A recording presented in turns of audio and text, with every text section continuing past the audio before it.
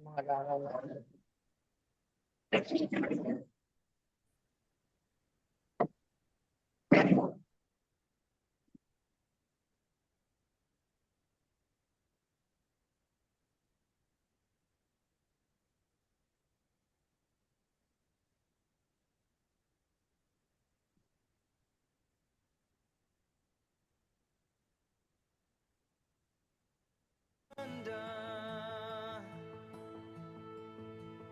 In your presence, Lord,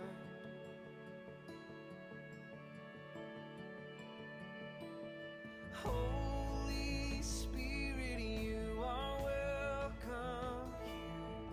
Come flood this place and fill the atmosphere. Your glory, God, is what our hearts long for. To be overcome by your presence, Lord.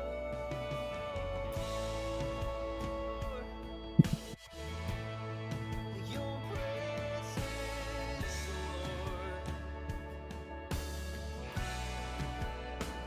Oh, there's nothing worth more that will ever come close. Nothing can compare.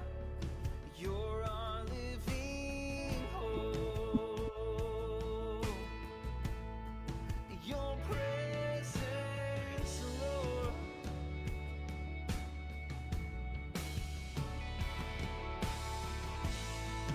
I've tasted and seen of the sweetest of loves, where my heart becomes free and my shame is undone. In your presence, Lord, Holy Spirit, sing it. Holy Spirit, you are welcome. Come flood this place and fill the atmosphere. Your glory, God, is what our hearts long for. To be overcome by your presence, Lord. Holy Spirit, you are welcome here. Come flood this place and fill the atmosphere. Your glory, God, is what our hearts long for. To be overcome by your presence, Lord. Your presence, Lord. Your presence, Lord. Your presence, Lord.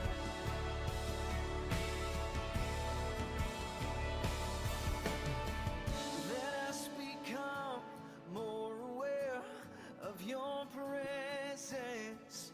Let us experience the glory of your goodness. Let us become more aware of your presence. Let us experience the glory of your goodness. Let us become more aware of your presence.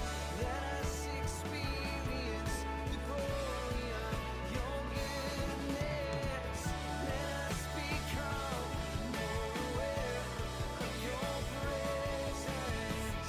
Let us experience the glory of your goodness.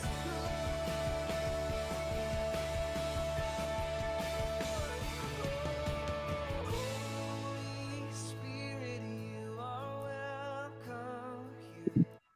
Come flood this place and fill the atmosphere. Your glory, God, is what our hearts long for. To be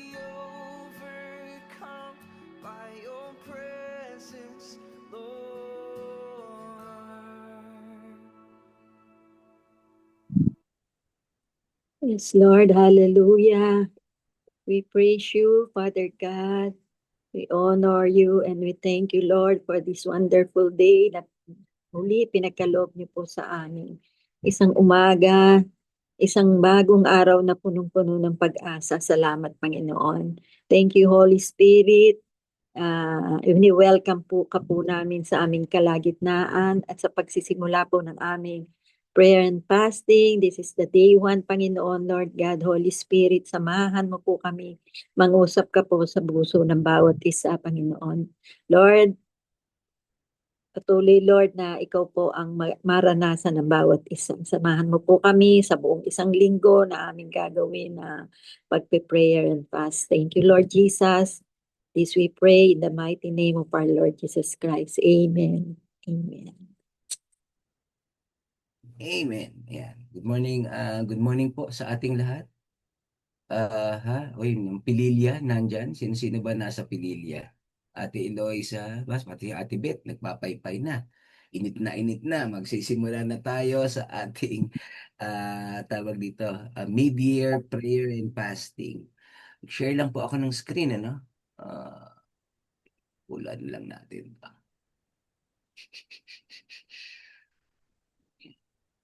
So, tayo.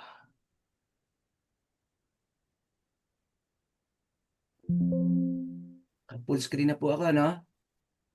Ano na Wala. po? Wala? Pastor, full screen na. Full screen na po. Ayan, salamat po ng marami. Good morning sa ating lahat. Welcome. No, umaga po, 5:30 AM online. But may mga nagre-request ng gabi.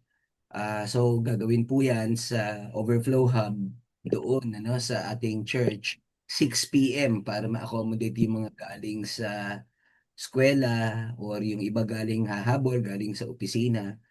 So, magkakaroon po doon sa church. At panalangin natin, ano, ma-restore na yung power. Kahapon daw po, nawalan sila ng kuryente. Hindi na nila ma-revive yung circuit breaker.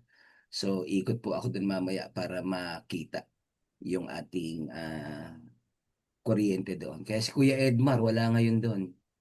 No? Nakitulog muna sa isang kapatid. At yun nga po, nandito yung detalye ng ating week-long prayer and fasting.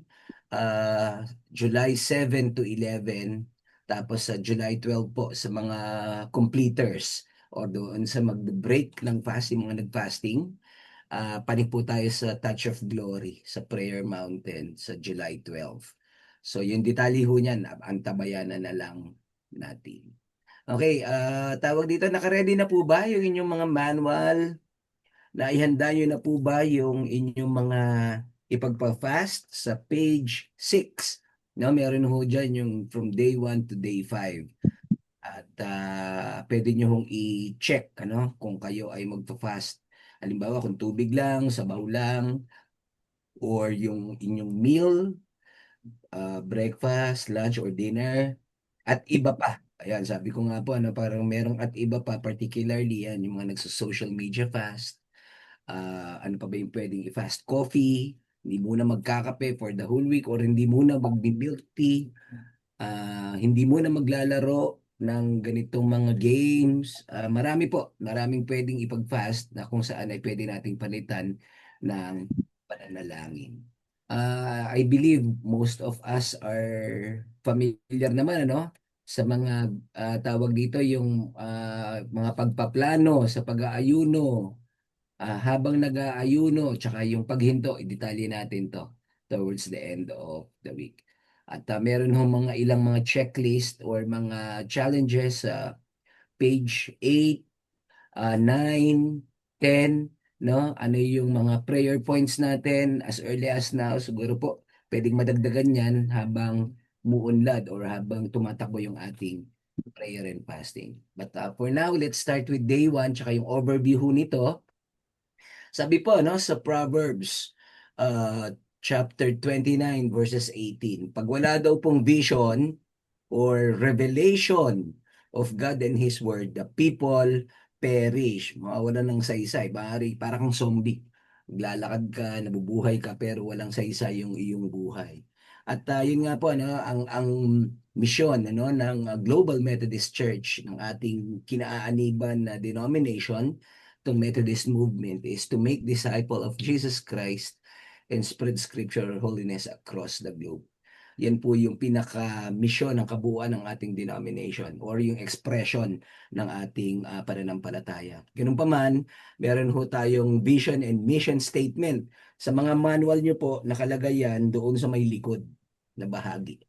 Kaya yun nga, to be a vibrant community of Christ followers overflowing with love and compassion, committed to transforming lives and communities through the power of discipleship. At the same time, atin hong mission statement ng Overflow Christian Community Church exists to make disciples of Jesus who are equipped, no? Kasama ho ito sa equipping activity natin to transform their communities by living out the gospel, fostering deep relationships, and serving others with grace and truth. Siguro magre-request na ako, Ate Ruby, paprint ka tayo ng mga mission statement ng church at saka ng GMC para hindi natin nakakalimutan at i-post natin, dikit natin sa dingding ng ating church. Okay, so yan po yung tawag dito, mga mission and vision ng church natin. At nakaangkla po yan sa sinulat ni Solomon sa Proverbs 29:18 na kung saan pag wala daw vision, wala kang pangitain, wala kang tinitignan in the future, no? Walang revelation, no? Galing sa Diyos or sa word niya, tawag dito, walang saysay or people perish. At ganoon din po, dahil dito sa vision na ito, after several days, months of kumbaga being with other believers, ito yung word na binigay sa overflow, no? Expansion. Yan ho yung makikita nyo na pinakatema, no, ng isang linggo natin na pag-aayuno. Paano nga ba tayo nag-expand? O ano nga ba yung sinasabi ng Diyos sa overflow as a church patungkol sa expansion? At sinasabi nga po dito, yung biblical or theological meaning ng expansion sa Bible, sabi nga po ay nagre-represent ng paglago, ng kaharian ng Diyos. O ibig ko pong sabihin yung mga pinagkatiwala sa atin, increase of His blessing, hindi lang materially pati spiritually, madadagdagan yung ating mga tawag dito giftings, fulfillment of His promises, yung mga pinangako sa atin, at sabi nga po burda ito, woven through scripture, illustrating both physical and spiritual growth. Ito ho yung word sa atin. Hindi ko alam kung natatandaan pati Pastora Josie, tawag dito, nagpa-pray tayo, ano bang ang word sa atin, pinag-pray tayo ni Ate Vida last time, nandun kami sa coffee shop. Nasabi niya, Pastor, expansion. Nakita niya kung paano yung ating children's prayer camp, Nakita niya yon, nakita niya yung ating worship gathering. Sabi niya, Pastor, expansion. At the same time, consistent doon sa pinaririnig sa atin na sa pamamagitan ng Destiny Partners, nung magsalita si Pastora Girly. Ito ho yung ginamit niya na verse, itong Isaiah 54:2-3. Increase is coming. So enlarge your tent and add extensions to your dwelling. Hold nothing back. Huwag na ho tayong magdili-dili pa. Todo mo na. Parang ganon. Make the tent ropes longer and the pegs ropes stronger. You will increase and spread out in every direction. Your sons and daughters, spiritual family, will conquer nations and revitalize desolate cities. Yung mga patay na lugar, yung akala natin wala nang saysay na lugar, tawag dito, magulo, ay mare-revitalize buhay muli. Ito ho yung word na binigay sa atin sa kabuuan ng ating church at dito ko po pinaikot yung ating isang linggo na ipapanalangin. Paano natin ito tatanggapin? Paano natin ito i-execute? Paano natin ito tawag dito pangungunahan, Ibig ko pong sabihin, paano tayo makakasunod dito sa expansion na to sa kabuuan ng ating iglesia.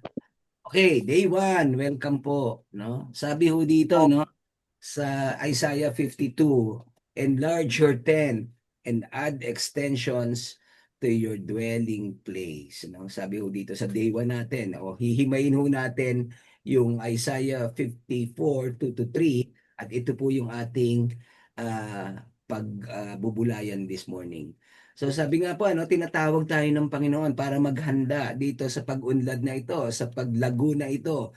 At tawag dito, kahit hindi pa natin nakikita, pero sabi ng Panginoon, enlarge your tent, maghanda ka na. Sabi nga po, it is an act of faith in advance. Kahit hindi mo pa nakikita, maghanda ka na. Para wala ho yung pinagkaiba sa, tawag dito, sa pagbabayad natin ng tuition fee sa ating mga anak. Hindi mo pa alam kung magkano. Pero as early as now, parang gano'n, nagtatabi ka na ng pera para doon sa pangangailangan na yon. At tawag dito, gano'n din po sa pag-enlarge natin ng tent. Sabi nga po, magpe-prepare tayo for more. Hindi natin alam kung gaano kalaki, kung gaano kalawak, pero sabi nga po, it is an act of faith in advance. Ngayon pa lang, maghanda na tayo. God is about to do something beyond current capacity. Kung ano man yung ginagawa natin ngayon, kailangan nating i-equip yung sarili natin. Kailangan nating ihanda yung sarili natin physically, emotionally, spiritually. Sabi nga po dahil tawag dito itong verse natin, increase is coming. So hindi lang po ito physical, kundi pati spiritual. Preparation is a sign of faith. No, ito po ay isang tanda ng isang pananampalataya or senyales ng isang malalim na pananampalataya. Pag tayo daw po ay tawag dito yung kumilos ng may pananampalataya, ay sumusunod tayo at sumasabay tayo sa pagkilos ng Panginoon. At as we start, as we begin itong prayer and fasting natin, ito yung mga ipapanalangin natin. Dagdagan or stretch ng Panginoon, yung ating mga puso, yung ating mga pangikain, yung ating capacity. Already naman po yung mga upuan. Kaya lang baka pati yung mga gilid, kailangan madagdagan natin. Yung basketball court, ang laking bagay para sa ating mga bata as they also increase in number. At ganun din po, sabi nga, darating yan. Yung pag-unlad, darating. Sabi nga po, yung increase, darating. So as early as now, sabi nga po, darating yan, kaling sa Panginoon, kailangan nating paghandaan. Okay. Sabi nga po, doon sa mga Israelita, nung ibilin ito ni Isaiah, sabi nga po, hindi lang daw po ito yung typical na bahay o halimbawa sa ating kalalagayan. Hindi lang ito yung ating structure, hindi lang ito yung ating church. Sabi nga po, it is symbolic of dwelling, tirahan, which is the overflow hub.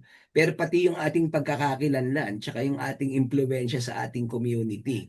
Pag sinabi daw pong enlargement of our property, of our, tawag dito, yung tinatangkilik natin, itong mga bagay na ito, more than people. Hindi lang sa increase in number ng mga dumadalo, kundi pati sa ating, mabigat ho ito pati sa ating responsibilidad. So kung dati, halimbawa si Ate Beth, nakita ko dyan, kung dati pinagluluto ni Ate Beth, mga 20, 30 bata, tsaka mga 20 na matanda, mga 50 total each week. Pag sinabi nating enlarge your tent, Ate Beth, ihanda mo na sarili mo, maghahanda ka na for 70, for 100. No? Pastora Josie, kinakapos na, no? Dumadami yung mga tawag dito, ating teritoryo, yung ating mga members na pumupunta sa ating church. Amen. Amen. Kinakapos na po yung mga upuan. Kaya increases coming. Meron hong 29 na upuan na darating towards the end of the month. Sa yung mga ganong tipo. At ganon din po sa church, At tinitignan ko po yung paglago ng mga bata. Just this Saturday, ang dami na namang mga bagong muka. Mga teenagers ito, mga kalaro, kaklase, kaibigan ng mga inaalagaan natin, ng mga anak natin spiritually, sinasama yung kanilang mga kaibigan. Mga bagong mukha na naman, no? Tawag dito, lumalaki, lumalawak.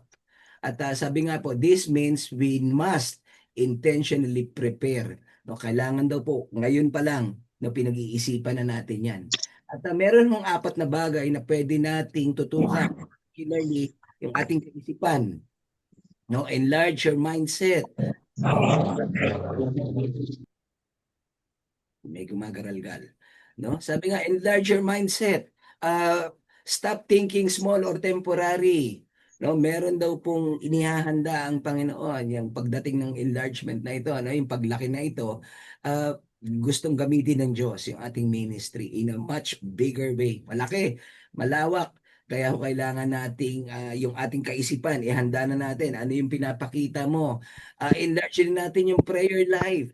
Hiningi ko po yung slide ni Pastora Girly ano patungkol doon sa mga details na nakita niya no survey particularly sa US, but naniniwala ako pwede natin itong i-apply sa Pilipinas ano na kung saan yung prayer life natin sabi nga no less than kung mag-pray daw, yung marami sa atin, less than 5 minutes, less than 10 minutes. Bibihira yung nananalangin ng mahaba. No? Sabi nga po, no, kailangan nating increase hindi lang yung quantity ng oras na ginigugol natin sa panalangin, no? Pati yung ating mga request, no? Enlarge your prayer life, yung mga nire-request natin sa Panginoon. Be bold, tawag dito, yung hindi ka nahihiya but more of Panginoon ito yung pinapakilos mo sa amin ito yung kailangan namin so yung mga request natin sa Panginoon. Be specific no ako ho binerbalize ko na Panginoon kailangan namin ng sasakyan para hindi nababasa yung mga anak namin. Tignan ho natin ano kung ano yung mangyayari binerbalize ko dun sa mga nakausap ko anong pangangailangan ng church kasi nga po merong mga ilang mga destiny partners na humahanga sa pagkilos ng Panginoon sa ating iglesia. Tinatanong sa anong paraan sila makakatulong, ano yung pangangailangan nila. Pati nga po itong kainta, no? Sabi niya, Pastor, diyan, ikaw, ano ang pangangailangan mo diyan sa church mo? So yung mga ganong tipo, marami pong nagtatanong at ipinaghahanda na ho tayo. So prepare, no? Sa prayer life natin, yung mga request natin, be bold, be specific, ano, sa ating mga panalangin. At ito rin po ano, enlarge your leadership structure. No, nagte-train na tayo ngayon. Kahapon po nakita ko yung tawag dito itong leadership ng mga ng ating youth. No, nag-start na rin po sila sa kanilang small group yung leaders. Tawag dito itong youth camp na kung saan tayo ay nakapaglingkod sa mahigit sa 50 na mga kabataan. Pero pa ho yung mga leaders natin ng youth ano, kailangan mo itong ah, paigtingin din o paunlarin din yung leadership kasi nga po mauubo sila. Hindi nila kakayanin kung sila-sila lang din ang kikilos, hindi kakayanin kung dumadami yung mga dumadalo, yung kanilang yung bilang, tapos sila pa rin yung leader. So kailangang mag-empower or mag-enlarge ng leadership position. Nung Sabado po, nakita namin kung paano kumilos yung young adults sa mga elderly. So yung involvement, no, yung pagkilos, yung paggalaw, kailangan ho natin itong ipaghanda rin. Mag-train na tayo ng mga bagong leaders. Sabi nga natin, even in Pililya, no? Tawag dito, kailangan na nating maghanda no, ng mga bagong leaders sa structure ng ating pagkilos, ng paggalaw. Dahil nga po, malaki yung ipinagagawa sa atin ng Panginoon. Enlarge your facility, o ito ho yung yung ating mga physical na pangangailangan o yung church natin, yung mga upuan, no? Kailangan ho nating tawag dito, ipaghanda na rin. Marahil si Pililya, nako, Pastora Josie, yung ating panalangin diyan ano, kailangan na natin makausap yung may-ari ng lupa. So yung mga ganong tipo, kailangang paghandaan yung facilities, yung mga systems na ginagamit natin. yung lugar para sa mga bata, no? Ngayon pa lang po ipaghanda na natin. At meron ng isang declarations dito or prayer, sabi nga no, alam natin meron tayong tawag para sa pagpapaunlad, pagpapalaki ng ating tent, no? Sabi nga po, pag sinabing tent, hindi lamang ito yung physical na tirahan, no? Sa mga Israelita, ito ay tawag dito symbolic of your identity, of your influence, ano? At kung pinalalago at may parating na malaki, no, para sa iyo, para sa iyong iglesia, kailangan mong ipaghanda pati yung iyong pagkakakilanlan at yung iyong impluwensya. Help me prepare, sabi niya, not based on what I see now, kung ano yung nakikita natin, but on what you are about to do. Stretch my faith, my capacity, and my vision. No? Panalangin natin na madagdagan itong ating pananampalataya, yung ating capacity to handle a large group of people. Kung dati ang hinahawakan mo, 3 lang o 5 tao lang sa iyong Bible study, o maghanda ka na dahil madodoble yan o baka higit pa. Sa atin pong reflection question, isip po tayo. Ano yung mga bagay na nakikita natin na iniisip natin na maliliit, no? Tawag dito, mo yung bilang ng ating Bible study, yung bilang ng iyong small group, no? Kung nakikita mo ho yan na maliit, tawag dito, ilista mo na. Ano yung panalangin natin at ano yung mga steps na gagawin natin na inihahanda natin yung ating sarili para sa mas malaki. At meron hong tawag dito, isang portion na kung saan ay magsusulat kayo dito sa day 1, no? Kalagay dito response and action plan. Halimbawa nga po, gusto kong makipag-usap na doon sa mga request natin. Increase in our Bible studies, no, dito sa training center sa Cainta. Itong matagal lang nire-request sa atin na uh, uh, Bible study sa Home for the Elderly. Yun hong natapos na Bible study halimbawa kila Kuya Ricky Sanggalang dahil sila ay tawag dito, siya ay namayapa na. So ano gagawin natin doon sa Bible study na meron doon? Itong sa Gonggora, no? Pag-usapan ho natin at ilagay natin sa ating prayer points at prayerfully by the end of our prayer and fasting, tawag dito magkaroon tayo ng direction, yung mga action plan na kakailanganin para dito. So bukas po, usapan natin ay ito namang tawag dito kung paano natin patitibayin yung ating pundasyon. So nandiyan na rin naman po yan sa inyong prayer, tawag dito prayer and fasting guide, pero i-expand po natin yan tomorrow. Stop sharing. Yan. Good morning po, oops, wala. Sorry. Uy, nasan ka? Yan. Sa atin pong prayer points ngayon, okay? Nasaan na ba kayo? Time check, 6:04. Yan, si Kuya Edmar. Ganda ng bahay ni Kuya Johnson, nakikita ko. Nasa sala siya. So yun, ano po yung mga bagay na nakikita natin na maliit? Panalangin po natin to. Mag-pray tayo, pakibukas po yung inyong mga microphone at bigyan tayo, sabi nga, pag walang vision, wala kang mga pangitain, wala kang word from the Lord, ay unti-unting mamamatay. But kung makikinig tayo sa paggabay at pagkilos ng Panginoon, meron siyang sasabihin at papaunawa sa iyo. Ano itong mga bagay na ito, yung mga akala natin or inaakala natin na maliliit o ilista. At ano yung mga paghahanda na gagawin natin, ilista, no? Dito sa Yan. prayer points. Okay? Siguro 30 lang kayo. Alam ko. Kinuha mo. Ay, si Elerson. Maingay. mute natin. Yan, sige. Pray tayo muna ngayon. Tawag dito, umpisa na, mag-prayer blast ho muna tayo, no? Mag-ala tayo ng 5 minutes na prayer Okay. blast.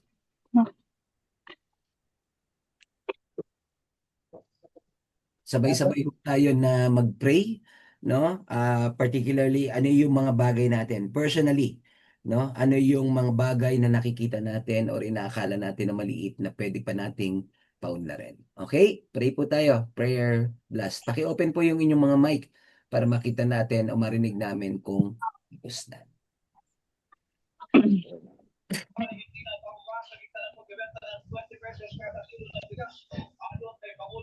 Ayun lang, naririnig natin, pati yung radyo. No? Pati yung balita sa radyo ay naririnig natin. Okay na. Ngayon, salamat po sa ano yung mga bagay na expect namin. Yes. Maliliit sa mga buhay. Ganun po makita ang mga bagay na ito. Dalangin niyo po namin ang iyong paggabayan, ang iyong pagkilos upang makita namin ano yung mga bagay na gusto mong paunarin sa amin. Yun namin pong mga facilities, pong prayer meeting attendees. Kung gaano kadami yung mga kids, Panginoon.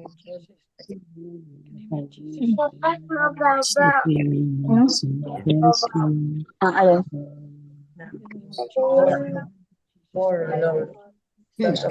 Panginoon, and Lord God, lahat Ating Bible studies. kaya, Lord.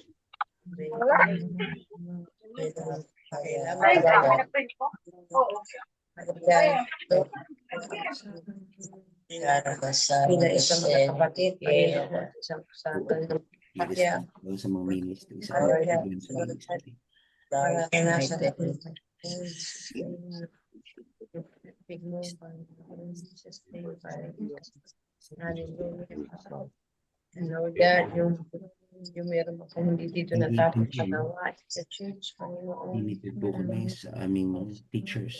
Father, Lord, yung mga naiwan, trabaho, Lord, sa Holy Spirit, Father God. System Lord, teachers. tapos po, Panginoon, para sa office, pinibigyan, Panginoon. Lord, kali ka po, marami ka po mga tao, marami sa gamitin, Panginoon, hallelujah, Holy Spirit, Lord God, yung mga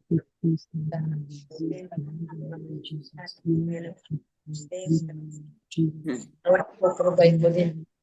Hallelujah. Ibig yung mga gagawa, Panginoon. Lord, wala mo po yung mga isip.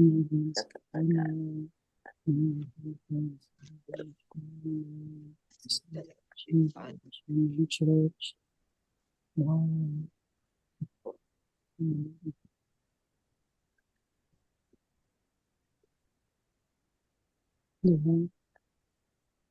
Pizza.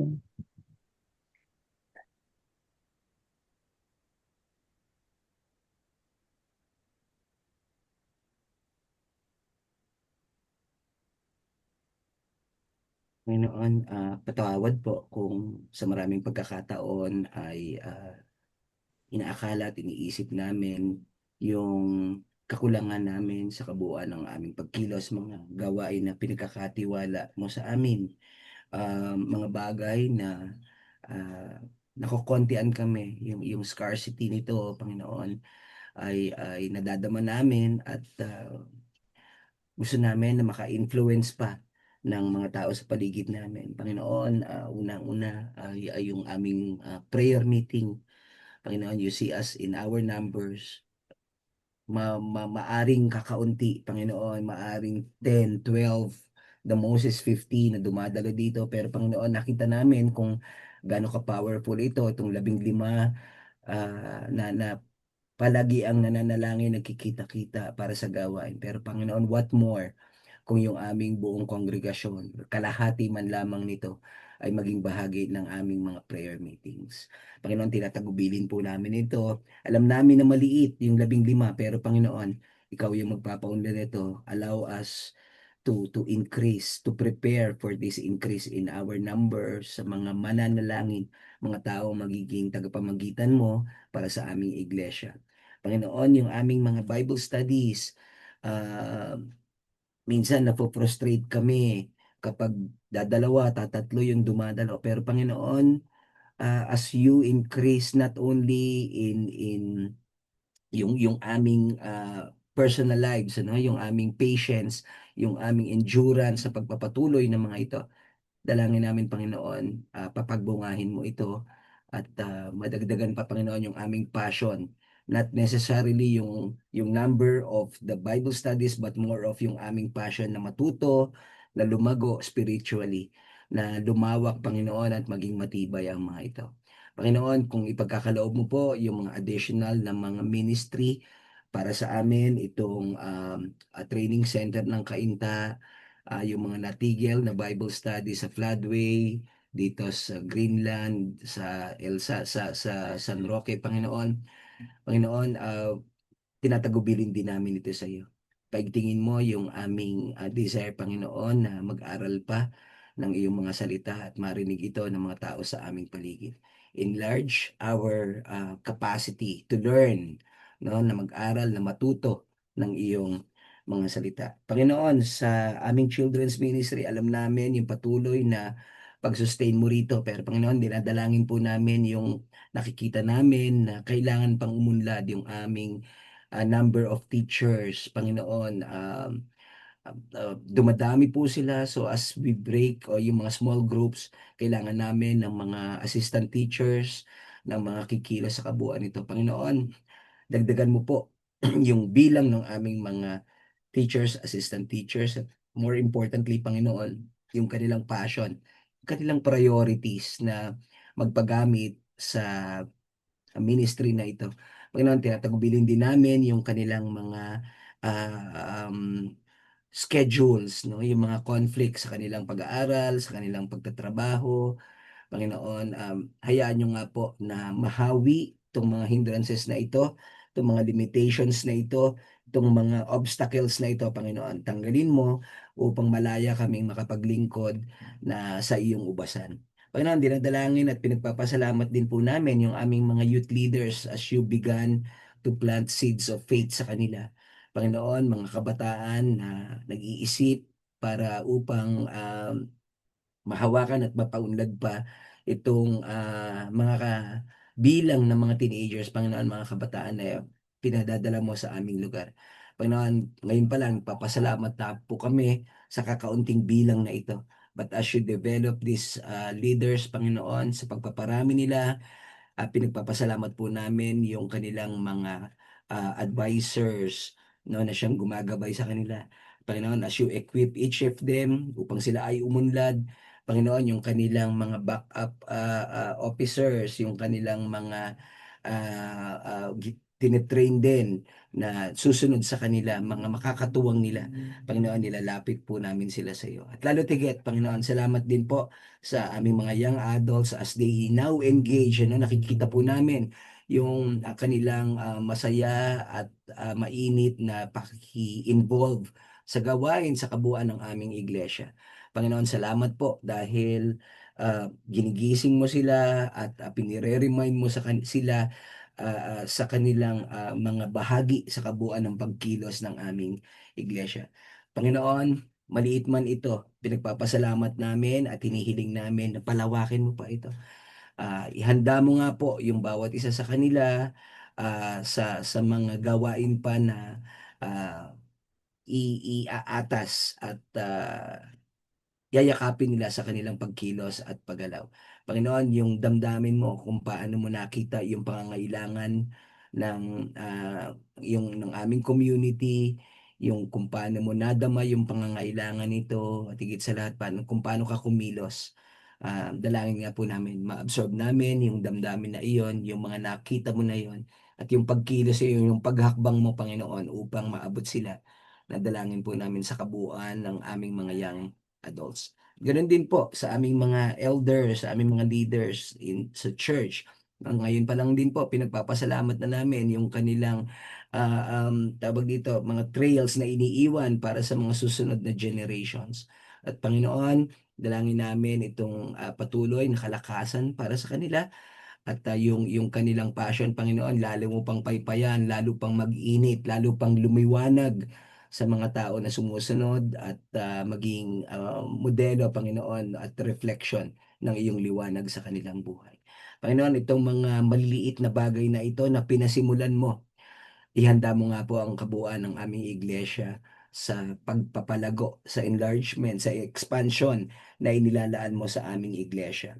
At kung ano man po yung mga damdamin, yung mga desires namin, mga action plan namin, ipakita mo sa amin ito, isulat namin ito, Panginoon, upang maging gabay sa aming paghakbang, sa aming pag-abot, sa aming pagkilos, sa kabuuan ng mga pinagkakatiwala mo sa amin. Muli, Panginoon, tinatagubilin ko po ang Overflow Christian Community sa kabuuan ng aming mga ministry, sa kabuuan ng aming spiritual life, sa kabuuan ng aming physical strength, Panginoon. Ihanda mo kami sa gagawin mo sa iglesia nito. Samahan mo kami sa aming pagkilos, sa aming paggalaw, sa aming pagpapaunlad. Sa pangalan ni Jesus. Amen. Amen. Amen. Okay? Tawag dito. Amen. Ano,